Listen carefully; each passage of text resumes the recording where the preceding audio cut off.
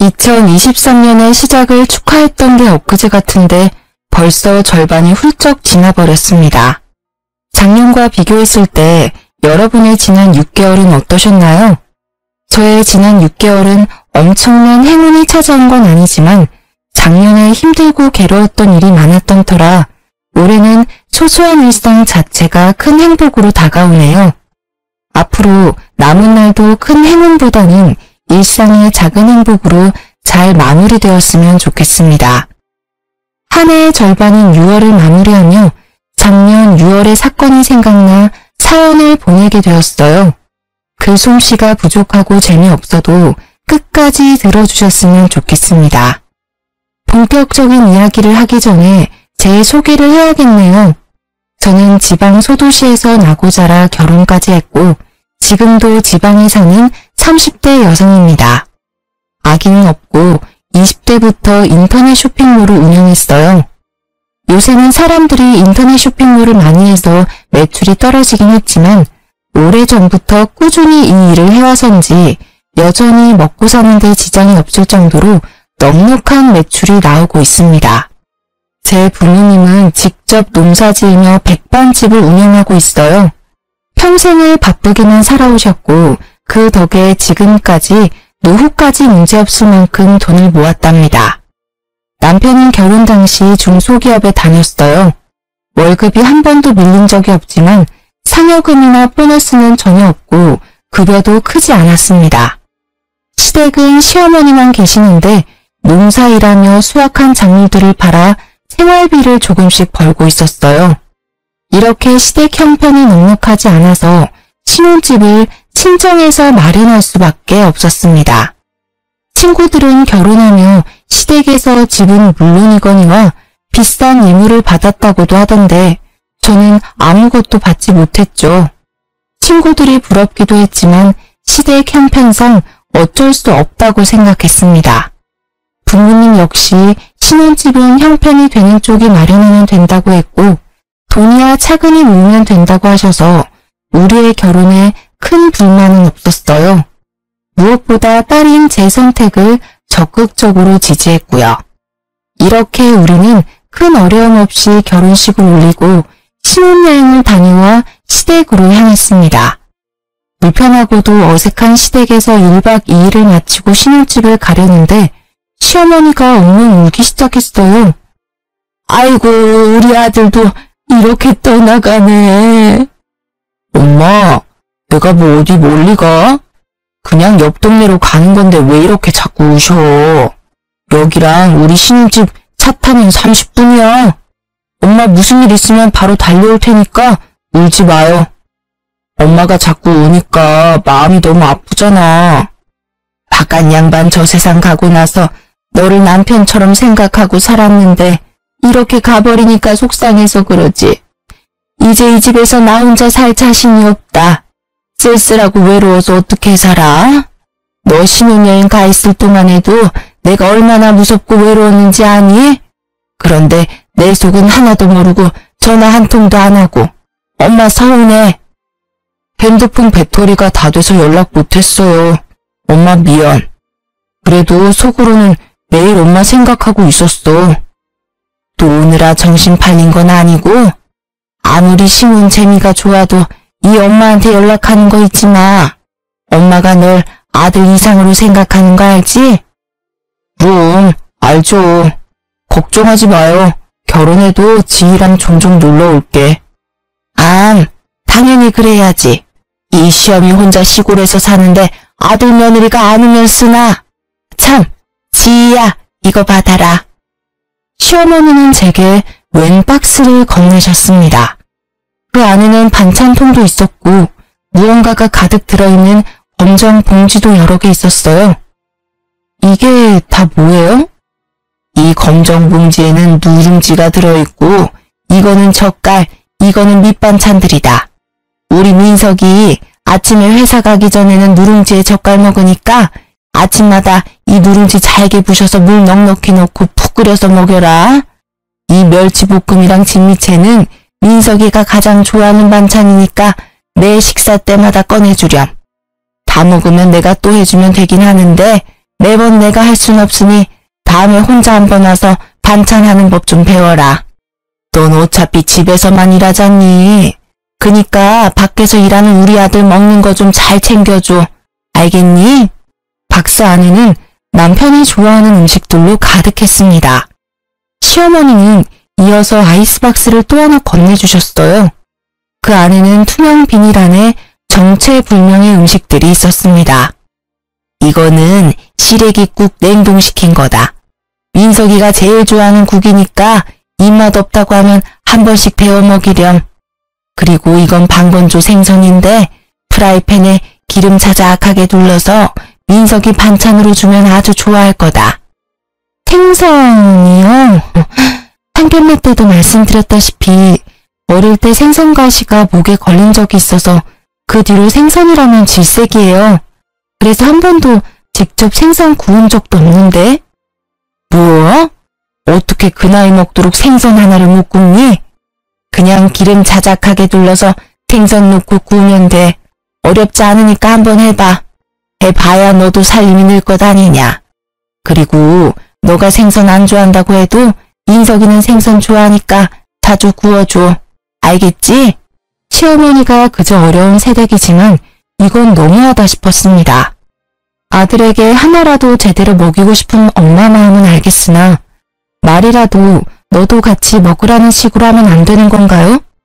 그리고 생선은 한 번도 구운 적이 없었을 뿐더러 어릴 때 큰 생선 가시가 목에 걸려 고생한 뒤로는 쳐다도 보지 않았습니다. 게다가 이 사실은 시어머니도 이미 알고 있었어요. 그럼에도 불구하고 남편을 위해 먹지도 못하는 생선을 구우라니 섭섭한 마음이 들었습니다. 남편이 정 원한다면 도전은 해보겠지만 사실 자신은 없네요. 생선 하나 굽는데 뭘 그리 말이 많아. 그냥 하면 되지. 그리고 민석이는 생선 좋아해. 너가 어떻게든 노력해서 네 식성을 바꿔. 앞으로 민석이랑 같이 살면서 너가 생선도 구워주고 가시도 발라줘야 하는데 싫다고 안 해버리면 어쩌니? 정 잘 굽지도 못하고 먹지도 못하니 앞으로 남편이 직접 굽고 가시 발라서 먹으면 되겠네요. 그리고 애도 아니고 어른인데 가시는 직접 발라 먹어야죠. 예, 민석이가 어떻게 생선을 굽니? 원래 민석이는 그런 일 못해. 그리고 너는 회사 일로도 바쁜 애한테 집에서 직접 생선까지 구워다 먹으라고 시키고 싶니? 게다가 만약에 민석이가 먹었다가 너처럼 목에 가시라도 걸리면 어떡해? 난 그 꼴 못 본다. 아 맞다. 그리고 잠깐 기다려봐라. 시어머니야말로 말도 안 되는 소리만 하다가 갑자기 뭐가 생각나는지 부엌으로 들어갔습니다. 잠시 후 투명 비닐에 쌓인 냉동된 무언가를 한가득 가져왔어요. 너 빵 좋아한댔지? 이거 일하면서 먹어라. 꽤 비싼 빵인데 내가 상할까봐 냉동 보관한 거야. 실온에다가 두고 먹으면 아마 처음 샀던 것처럼 먹을 수 있을 게다. 사실 생선 이야기 할 때까지만 해도 서운했는데 제가 좋아하는 빵을 따로 챙겨주니 서운한 마음이 금세 풀렸어요. 남편은 시어머니가 챙겨준 음식들을 보며 아주 행복한 표정을 지었습니다. 우와, 우리 엄마 손 큰 건 역시 알아줘야 한다니까. 이것만 있어도 한 달은 넉넉히 먹고 살겠다. 엄마 고마워요. 고맙긴. 신혼재미 좋다고 이 엄마 잊지 말고 자주 들러. 전화도 자주 하고. 알겠어? 우리는 시어머니가 챙겨준 음식들을 한가득 챙겨 신혼집으로 왔습니다. 집에 와서 음식들을 하나하나 풀어보니 남편이 좋아하는 밑반찬이나 젓갈은 신선했는데 빵은 유통기한도 지났고 색도 이상했어요. 심지어 어떤 빵 표면에는 군데군데 초록색 곰팡이까지 폈더라고요.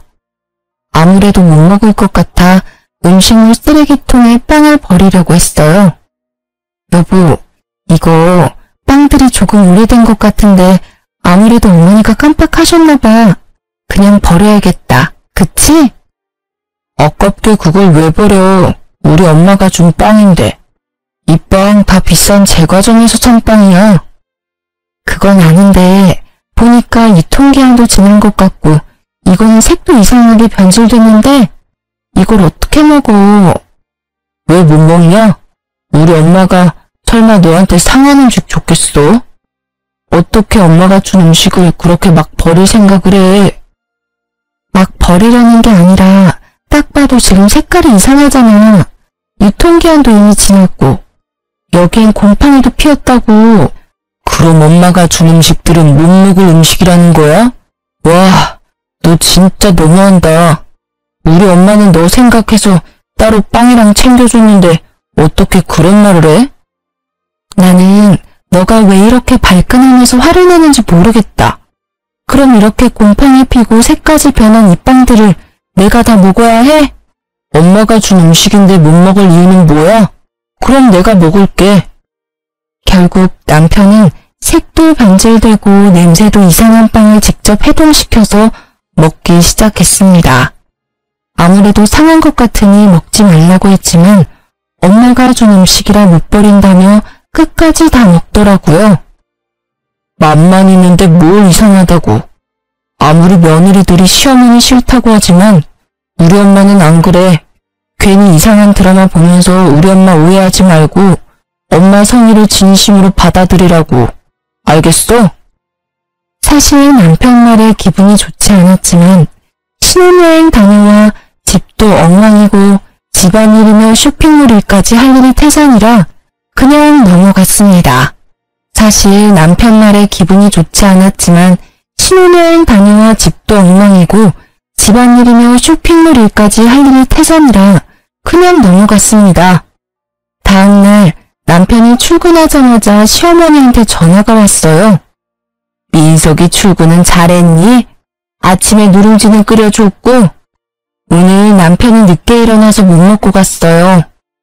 그럼 아침에 아무것도 먹지 않고 빈속으로 회사에 갔단 말이야? 생각이 있는 거니 없는 거니? 너는 집에서 편하게 아무 눈치 보지 않고 일하겠지만 민석이는 밖에서 상사 눈치 보면서 일하는 애야. 그렇게 종일 힘들게 일하는데 속이라도 든든해야지.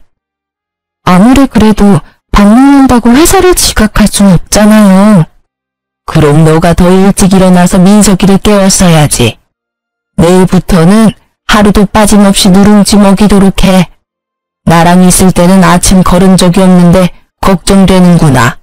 참, 그건 그렇고 어제 줬던 빵은 먹어봤니? 저는 안 먹었고 남편만 먹었어요. 남편만 빵을 먹었다는 말에 시어머니는 당황했는지 말을 제대로 하지 못했습니다. 뭐라고? 그니까 우리 민석이가 그 빵을 먹었단 말이야? 왜? 빵도 안 좋아하던 애인데. 왜요? 남편은 그 빵 먹으면 안 될 이유라도 있었나요? 그거 유통기한 지난 건데. 설마 그 빵도 유통기한 지난 거 알고 계셨어요? 사실 어제 버리려다가 남편이 아깝다고 버리지 말라길래 유통기한도 지나고 곰팡이까지 핀 빵을 어떻게 먹냐고 했더니 다 먹을 수 있다며 남편이 기어이 먹더라고요. 그래서 민석이가 그 빵을 먹었어? 네, 끝까지 먹겠다길래 그냥 뒀죠. 근데 곰팡이 피고 유통기한 지난 걸 알고 계셨으면서 저한테 왜 주셨어요?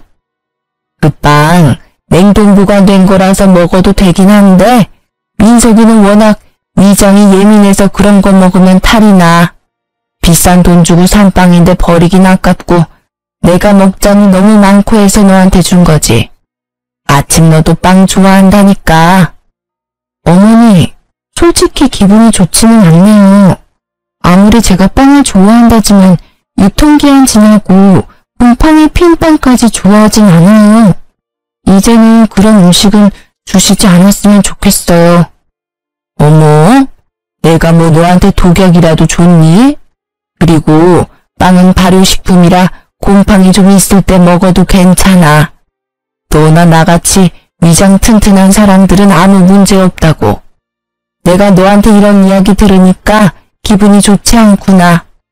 나 며느리한테 못 먹을 음식물 쓰레기나 주는 그런 시어머니 아니다. 날 뭘로 보고? 기분 나빠서 전화 못하겠구나. 끊는다. 시어머니 말에 저 역시 기분이 나빴습니다. 세상 어느 누가 유통기한 다 지나고 곰팡이까지 핀 빵을 받고도 감사하고 좋아하겠습니까? 솔직히 시어머니만큼이나 저 역시 기분이 좋지 않았어요. 그렇게 전화를 끊고 그동안 밀린 일들을 처리하고 있는데 남편이 창백한 얼굴로 집에 오더라고요. 시계를 보니 아직 점심시간도 되지 않았습니다. 이렇게 빨리 무슨 일이야? 얼굴은 또 왜 이리 창백해? 나 배탈 났나 봐. 배가 너무 아파. 병원에 다녀왔어?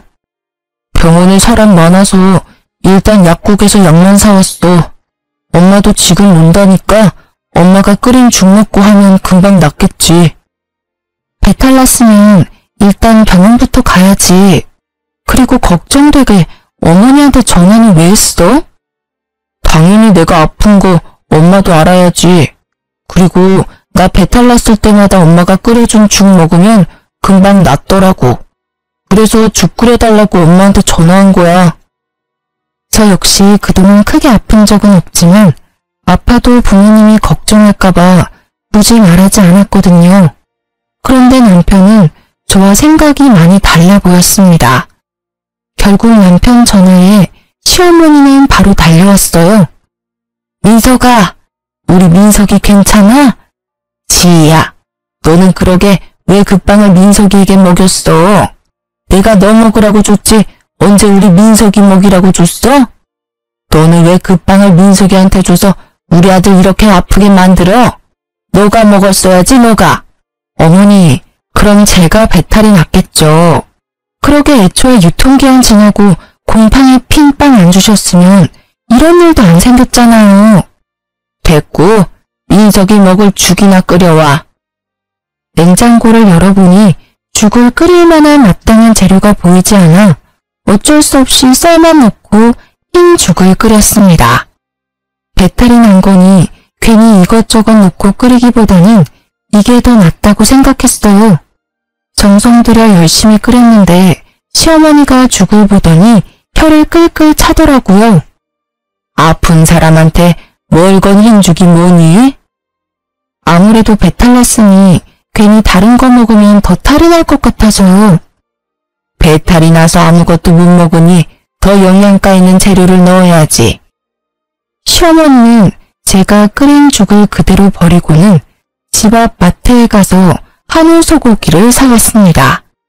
그리고는 소고기를 잔뜩 넣고 죽을 끓여서는 호호 불어서 직접 먹이기까지 하더라고요. 다 큰 성인이 배탈 났다고 쫓아와서 죽까지 끓여다 먹여주는 모습을 보니 그저 기가 막혔습니다. 화라도 내고 싶었지만 너무 아파하는 남편 앞에서 큰 소리를 낼 수가 없어 그냥 조용히 있었네요. 그 뒤로 한 달 정도 시간이 흘러 6월이 되었습니다. 이번 주 주말에 약속 있어? 특별한 약속은 없는데 왜? 금요일부터 일요일까지 우리 집에 가서 개복숭아 수확하는 일 좀 도와드리자. 엄마 혼자 이 뜨거운 날 농사일 하시는 게 얼마나 힘들겠어. 같이 갈 수 있지? 나야 뭐 그 전날 미리 일해놓으면 갈 수야 있지. 그런데 당신 회사는 어떻게 하고? 금요일에 연차 쓰고 가야지. 솔직히 어느 며느리가 시댁에 일하러 가는 게 좋겠습니까? 하지만 친정 부모님이 농사 지을 때 많이 힘들어하는 모습을 봐서 당연히 도와드려야겠다는 생각에 알겠다고 했습니다. 대신 금요일에 가려면 그 전날 어느 정도 일을 많이 해야 했어요. 그래서 목요일에 밥 먹는 시간과 잠을 줄여가며 주말까지 해야 할 일을 마무리 지었습니다. 제가 이렇게 일할 동안 남편은 친구들과 술을 마시러 갔어요. 다음날 연차라며 약속을 잡더니 금요일 새벽 1시에 네 발로 기어서 집에 들어왔답니다. 그리고 금요일 새벽 아침 일찍 시댁에 도착하려면 슬슬 일어나서 준비해야 하는데 남편이 숙취로 일어나지 못하더라고요. 기다리다 못한 저는 남편을 깨우기 시작했습니다. 야, 일어나봐. 오늘 개복숭아 수확하러 가기로 했잖아. 10분만 더 잘게. 어제 술을 너무 많이 먹어서 머리가 깨질 것 같아. 그러게 어제 술을 왜 그렇게 많이 먹었어? 아 몰라. 좀만 더 누워있을래. 숙취로 힘들다며 늦장 부리는 남편 때문에 늦게 시댁으로 출발했습니다. 시어머니는 늦은 우리, 아니지, 제가 마음에 들지 않았는지 표정이 좋지 않았어요. 아침 일찍 온다더니 왜 이리 늦었어? 둘 다 밥은 먹었어? 남편이 늦게 일어나서 먹지 못했어요. 그럴 줄 알았다. 일하러 오는 사람들이 밥도 안 먹고 오면 어떻게 이래? 와서 일단 밥부터 먹어. 시어머니는 밥을 먹으라고 상을 차려두는데 남편에게 압력솥 태운 새 밥을 퍼주더라고요. 그러더니 제게는 남편과는 다른 잡곡밥을 주었습니다. 이거 어젯밤에 한 잡곡밥인데 민석이는 소화가 잘 안 돼서 잡곡밥을 못 먹어. 그러니까 넌 이 밥 먹어라. 흰밥보다는 잡곡밥을 더 좋아해서 즐겨 먹긴 하는데 남편에게는 갓한 밥을 주면서 제게는 밥솥에 오랫동안 방치된 잡곡밥을 건네니 뭔가 묘하게 기분이 좋지 않았습니다. 그래도 일단 밥은 먹긴 먹었어요. 밥을 다 먹고 본격적으로 일하기 위해 작업복으로 갈아입었습니다. 그런데 남편이 졸린다고 계속 하품을 하더라고요. 아, 피곤하고 온몸이 다 쑤시네. 어제 술을 너무 많이 먹었나 봐. 민석이 어제 술 먹었니? 응, 엄마. 결혼식 때 온 친구들이 갑자기 보자고 해서 어쩔 수 없이 술 좀 먹었어요. 너무 많이 마셨는지 머리도 깨질 것 같고 속도 안 좋고 너무 힘들어요. 그래? 그럼 그냥 넌 오지 말고 지희만 보내지 그랬어. 힘들게 너까지 왜 와? 평일에도 죽어라 일하는데. 안 되겠다. 민석이 너는 너무 힘드니까 쉬고 지희만 같이 일하자. 오늘은 날씨 흐리다고 했으니까 그렇게 힘들진 않을 거야. 이 말에 남편은 바로 큰 방으로 들어가 누워버렸습니다. 그런 남편이 정말 얄미웠지만 어차피 오늘은 일을 도와드리러 온 거니 마지못해 저만 개복숭아를 따러 갔어요. 개복숭아 따는 일은 역시 쉬운 일이 아니었습니다. 아침 8시부터 오후 1시까지 쉬지 않고 열심히 개복숭아를 땄어요. 팔다리는 후들거리고 온몸은 땀범벅이 되고 얼굴은 타는 것처럼 시뻘개져서 시댁에 돌아왔습니다. 남편은 제 모습을 보더니 갑자기 큰 소리로 웃기 시작했어요. 와, 이게 누구야? 웬 시골 촌년이 우리 집에 왔어. 너 이러니까 진짜 웃긴다. 일하고 왔으니까 그렇지. 지금 덥고 힘드니까 웃지 마. 남편 말에 기분이 언짢아진 저는 정색하며 말했습니다. 시어머니는 제 얼굴을 쓱 보더니 남편처럼 웃기 시작했어요. 지희야, 솔직히 민석이 말이 틀린 것도 아닌데 뭘 그리 정색을 하니? 지금 네 꼴 보니까 그야말로 시골에서만 먹고 자란 촌년 같다. 열심히 일하고 온 사람에게 수고했다는 말은 못할망정 얼굴 빨개졌다고 놀려대는데 이 사람들이 지금 제정신인가 하는 생각이 들었습니다. 그러나 개복숭아 따느라 너무 지쳐서 화를 내고 따질 기력조차 남아있지 않았어요. 그래도 촌스러운 며느리 때문에 내가 웃기도 하네. 요새 웃을 일도 없었는데. 아유, 날씨가 덥긴 하다. 지희야, 나 먼저 씻을 테니까 너는 밥 좀 새로 안 치고 국 좀 끓여라. 너는 국 다 끓이고 씻어. 화장실은 한 개뿐이고 시어머니와 같이 씻을 수는 없으니 마지못해 알겠다고 했습니다. 남편은 다시 큰 방으로 들어가고 저는 밥을 하고 국을 끓였어요. 상을 다 차리니 시어머니가 씻고 나왔고 저도 이어서 씻으러 들어갔습니다. 그런데 씻고 나오니 시어머니와 남편이 이미 밥을 다 먹고 국도 하나도 없더라고요. 분명히 넉넉히 했는데도 말입니다. 이 상황도 어이없는데 더 어이없는 건 지금부터였어요. 밥을 다 먹고 이를 쑤시던 남편이 제게 이러더라고요. 다 씻었어. 근데 된장국이 너무 짜더라. 된장을 통째로 둘이 부었나 봐. 일도 전혀 하지 않는 남편님이 이렇게 이야기하는데 슬슬 화가 나기 시작했습니다.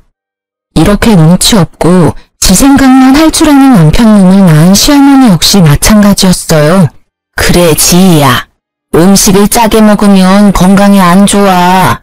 우리 민석이 안 그래도 위장이 약해서 소화 잘 못 시키는데 짠 거 많이 먹으면 안 되니까 앞으로 주의해서 음식해. 그나저나 국이 다 떨어져서 이를 어쩐감? 그냥 남아있는 밑반찬으로 먹어라. 아침부터 땀 뻘뻘 흘리며 일한 저한테 밥 차리라고 해놓고 자기들끼리 다 먹은 것도 분한데 평가질까지 당하고 있으려니 참을 수 없을 정도로 화가 났습니다. 야, 김민석, 너는 아침부터 잠만 쳐자놓고 한 게 뭐가 있다고 밥 먹어? 박지희, 어디서 시어머니 앞에서 남편에게 큰 소리야? 너 미쳤어? 어머니야말로 너무하세요. 아들 입만 입이고 저는 주둥이에요. 이렇게 먹다만 음식이나 먹어야겠느냐고요. 그리고 국이 그렇게 간이 안 맞으면 그냥 안 먹으면 되잖아요. 국물 하나 남김없이 다 먹어놓고 맛이 없다고 하세요. 기껏 끓인 사람 기분 나쁘게. 너 그거 일하고 더 먹었니? 정신 놓았어? 아니요. 저 정신 완전 멀쩡해요. 저는 이런 푸대접 받으며 여기에 도무지 못 있겠네요. 저는 집에 갈 테니 나머지는 모자끼리 알아서 하세요. 너 없이 어떻게 일하니? 아직 따야 할 개복숭아가 얼마나 많은데. 결혼하기 전에는 저 없이 어떻게 하셨는데요? 그리고 이렇게 사람 취급도 안 하면서 일은 부려먹고 싶으세요? 저는 이렇게는 일 못해요. 아시겠어요? 옆에서 아무 말도 못하는 남편 얼굴에 흙이 잔뜩 묻은 작업복을 던져버리고 시댁에서 나왔습니다. 야, 이대로 가버리면 어떡해. 우리 엄마 혼자 어떻게 일하라고. 왜 혼자 일해? 아들이 너가 직접 도와야지. 난 갈 테니까 모자끼리 오붓한 시간 보내. 그 뒤로도 시어머니는 농사일하러 오라고 했고 남편이 같이 가자고 했지만 절대 가지 않았습니다. 그렇게 개무시를 당하고 나니 2번 다시는 가기 싫더라고요. 제가 끝까지 가지 않으니 남편은 혼자 일하는 시어머니가 안쓰럽다며 농사일을 돕기 위해 회사에 연차나 반차 쓰는 일이 많았습니다. 그리고 농사일하고 오면 힘들다며 다음날 지각이나 무단 결근을 했어요. 솔직히 회사에서 봐주는 것도 한두 번이지. 매일 업무에 소홀히 하는 직원을 가만히 둘 리가 없지 않겠습니까? 결국 시어머니 농사일 때문에 근태가 엉망인 남편은 1년 만에 권고사직을 당하고 백수가 되어버렸습니다. 그 뒤로 남편은 게임에만 미쳐서 살았어요. 새벽엔 혼자 배달음식 시키고 놀고 술 마시고 잠만 잤습니다. 게다가 부부 공동 생활비로 성능 좋은 컴퓨터까지 샀어요. 말로는 회사 구한다고 했지만 제가 볼 때는 이력서 작성조차 하지 않았습니다. 이러한 남편의 생활이 한심스러워서 대화도 시도하고 싸워보기도 했지만 말이 도통 통하지 않더라고요. 그래서 우리는 기본적인 대화조차 하지 않고 그저 집만 공유하며 살았습니다. 같이 밥도 먹지 않았고 집에 들어오지 않아도 신경 쓰이지 않았어요. 엄밀히 말하면 제 일을 하느라 바빠서 남편이 밥을 굶든 말든 신경 쓸 시간조차 없었습니다. 남편이 애는 아니니까 배고프면 알아서 차려 먹겠거니 하고 말았답니다. 그러던 어느 날 집에서 일하는데 시어머니가 한가득 장을 봐서 오셨어요.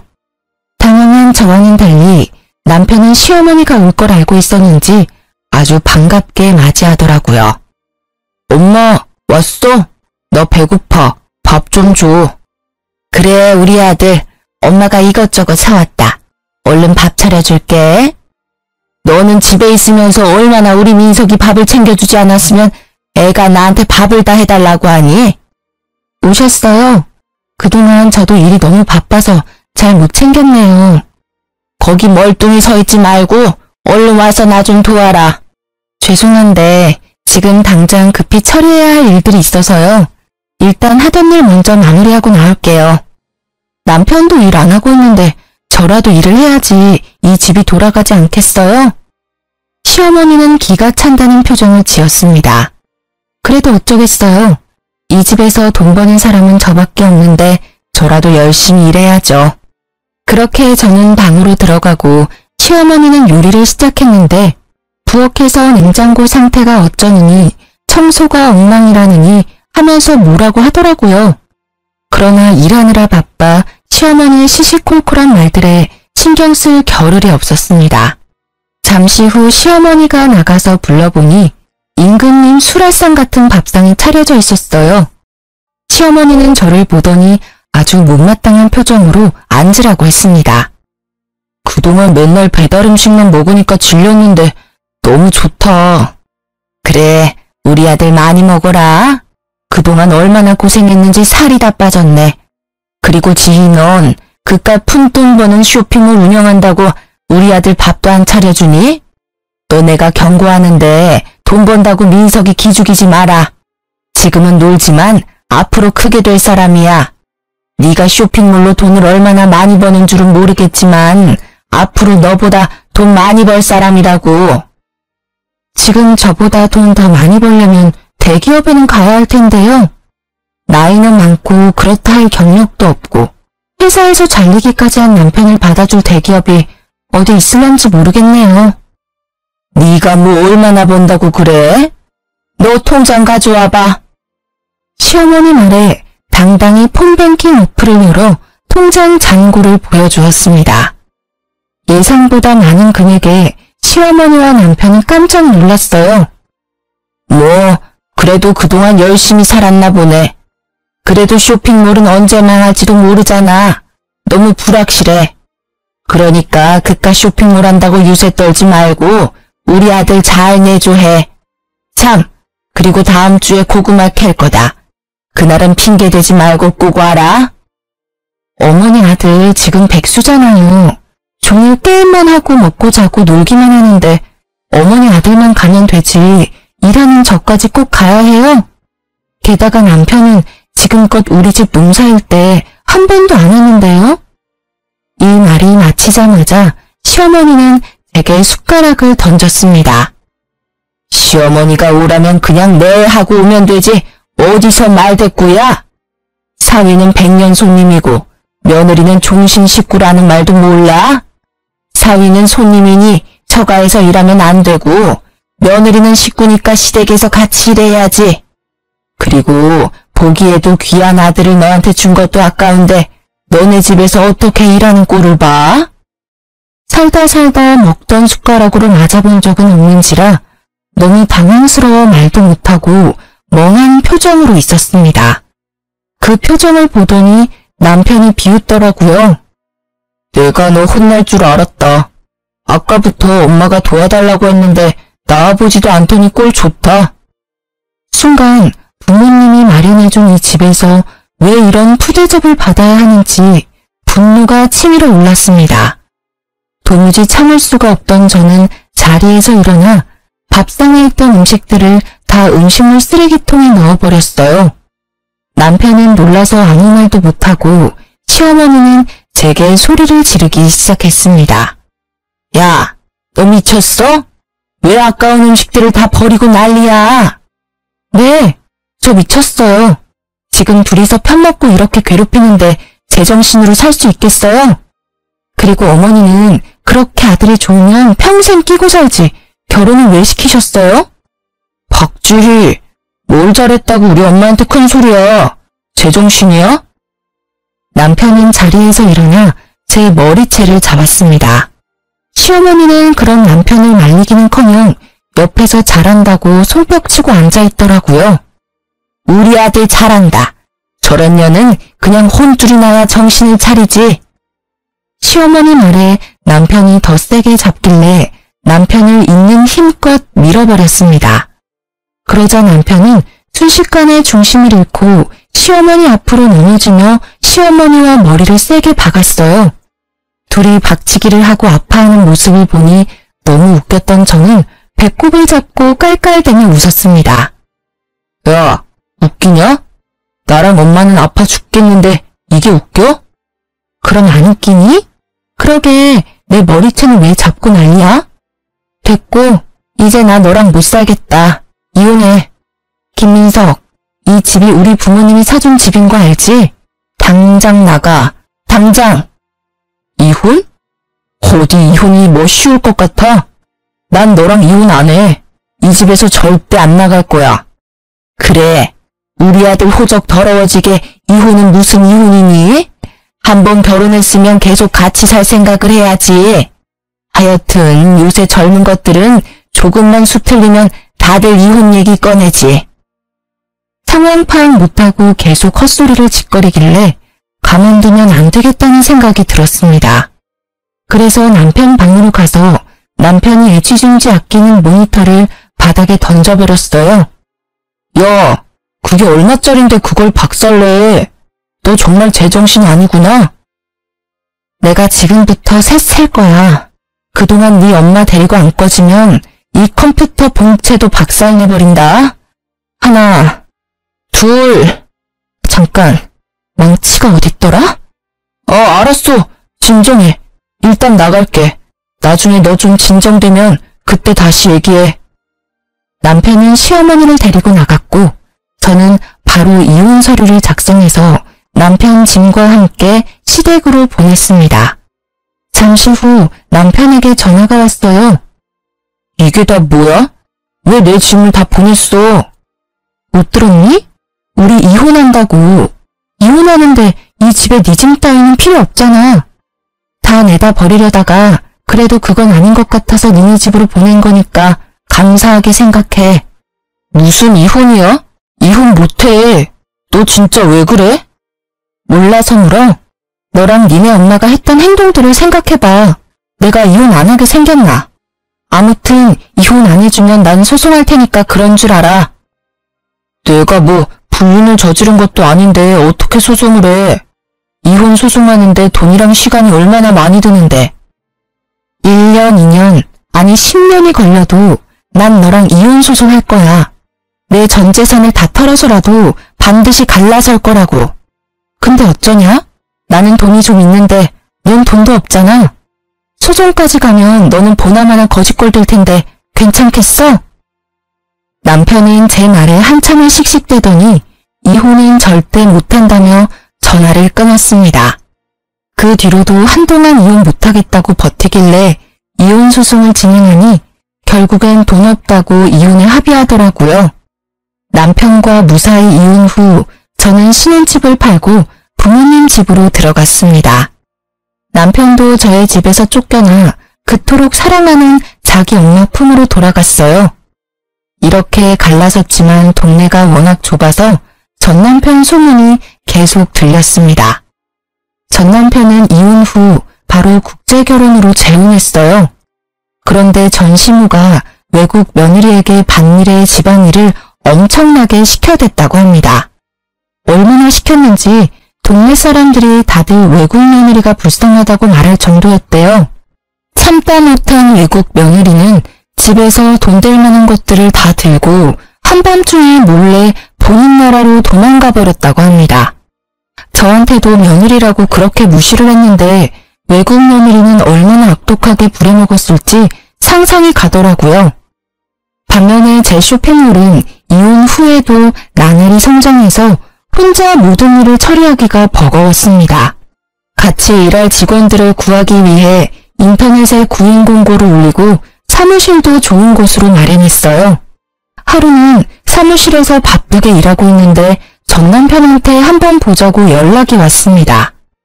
이혼하고 힘들게 산다는 소식을 듣기는 해서 꼴이 어떤지 궁금하더라고요.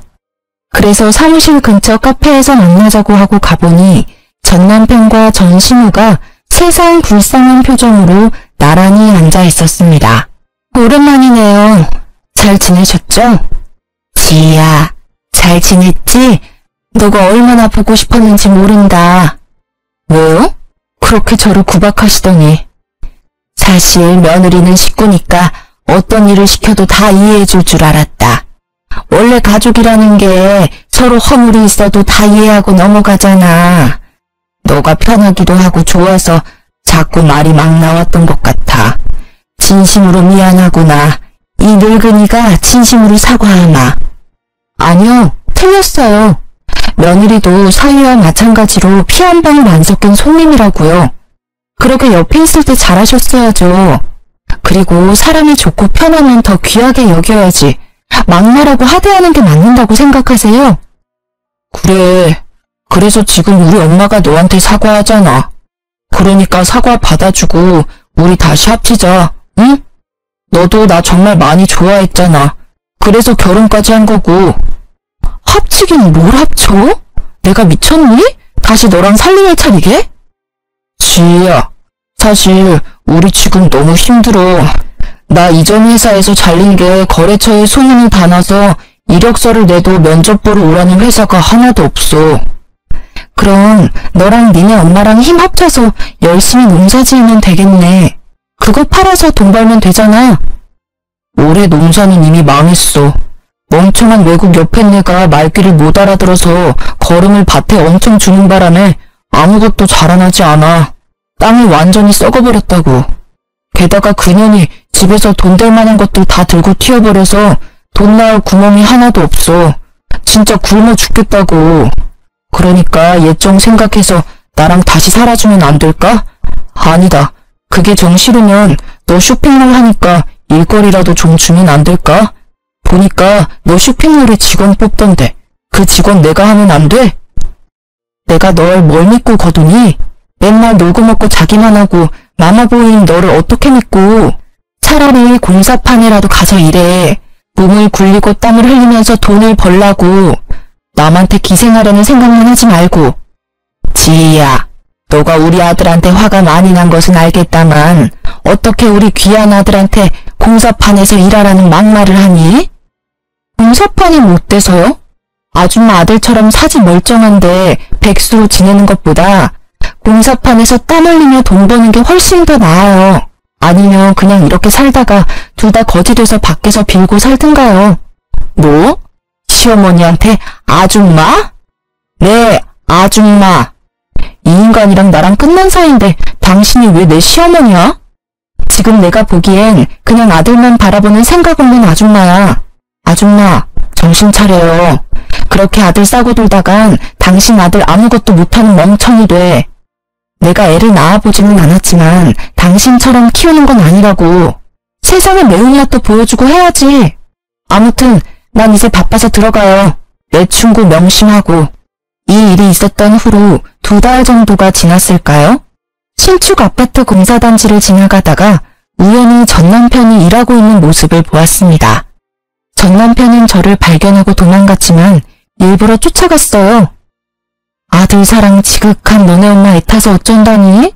내가 공사장이라도 가라고 할 때는 공사판에서 어떻게 일하냐고 하더니 결국엔 내 말대로 돼버렸네? 이거라도 해야지. 일자리도 못 구하고 엄마랑 나랑 굶어 죽을 판인데 손가락만 빨면 살 수는 없잖아. 그래, 지금이라도 정신 차렸다니 다행이다. 한 번뿐인 인생인데 이것저것 하면서 열심히 좀 살아. 그렇게 살다 보면 언젠간 쥐구멍에도 볕들 날이 오지 않겠니? 내가 차마 너한테 잘 되라는 좋은 말은 못하겠다. 안녕. 전 남편은 제 말에 기분이 상했는지 표정이 일그러졌지만 뭐라고 딱히 말을 하지는 않더라고요. 그 뒤로는 전 남편을 보지 못했습니다. 가끔 소문으로는 집을 팔고 다른 지역으로 떠났다고는 하더라고요. 이렇게 완전히 전 시댁과 연이 끊긴 지 벌써 1년이라는 시간이 흘렀습니다. 제 성격이 무던하고 털털하기는 하지만 그래도 이혼이 큰 충격이고 상처였는지 한동안은 몸이 매우 아팠어요. 그래도 지금은 다 극복하고 건강해졌습니다. 다만 결혼 전에도 여름에 복숭아청을 탄산수에 타서 종종 먹었는데 이제는 복숭아만 보면 괜히 화가 나서 아무도 쳐다보지 않는답니다. 보기만 해도 화병이 난 것처럼 머리가 지끈지끈 아프고 심장이 터질 것만 같더라고요. 그리고 지난주 그동안 차곡차곡 모아둔 돈으로 큰 집으로 이사를 했어요.